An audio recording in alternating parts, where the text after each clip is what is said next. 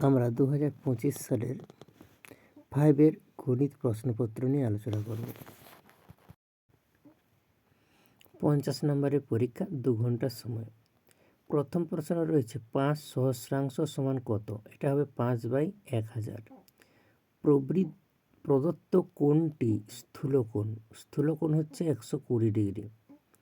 ত্রিভুজের 3টি কোণের সমষ্টি কত? না, ত্রিভুজের 3টি কোণের সমষ্টি হচ্ছে 180 ডিগ্রি। 3টি কোণের সমষ্টি 180 ডিগ্রি। 5 টাকা 4 পয়সা। 5 টাকা 4 পয়সা সমান 504 পয়সা। 10 জন লোক একটি কাজ 5 দিনে করতে পারে। একজন লোকের ওই কাজ করতে কতদিন সময় লাগবে? না, 10 × 5 = 50 দিন। বাবা ও ছেলের বয়সের সমষ্টি 60 বছর। 10 বছর পর তাদের মোট বয়স কত হবে?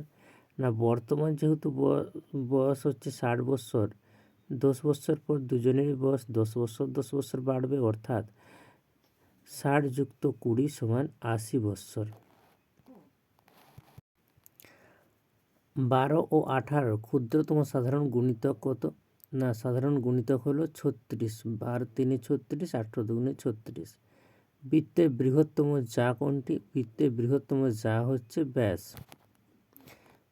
1/1 সমান কত? না, 1/1 সমান 4 × 4 = 5, 5 × 4 অর্থাৎ 1.25।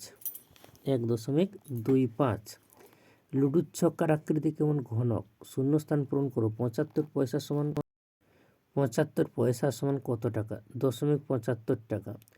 বর্গক্ষেত্রের ক্ষেত্রফল 169 বর্গমিটার হলে তার বাহুর দৈর্ঘ্য কত?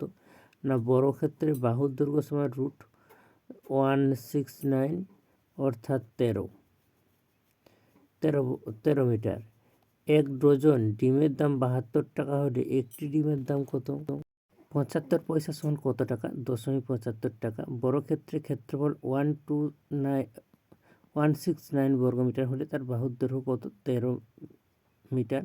1 ডজন ডিমের দাম 72 টাকা হলে একটি ডিমের দাম কত? 1 ডজন সমান 12টি।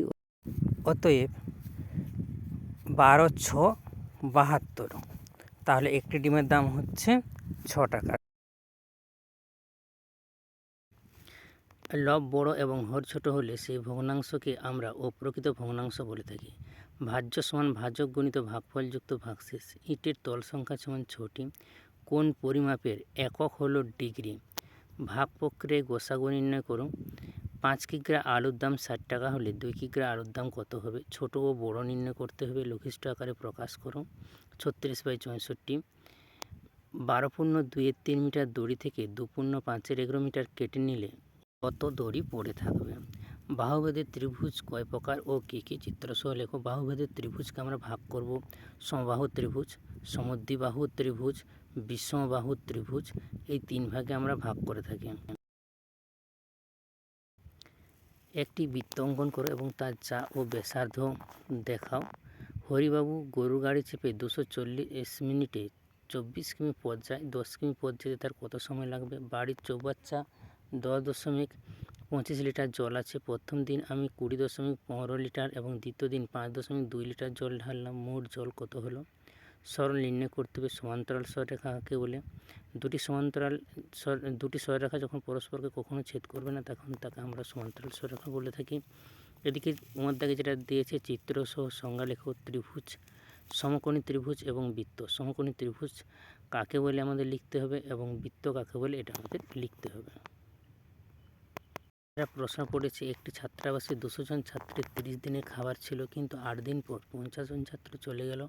এখন ওই খাবার কতদিন চলবে? দৈর্ঘ্য 60 মিটার ও প্রস্থ 40 মিটার হলে ওই বাগানের পরিসীমা নির্ণয় করো। প্রতি কিগ্রা চালের দাম 50 টাকা 50 পয়সা হলে, অর্থাৎ 50.50 টাকা হলে 28 কিগ্রা চালের দাম কত হবে? এই ছিল আমাদের এবছরের ক্লাস 5-এর ফাইনাল পরীক্ষার প্রশ্ন গণিত।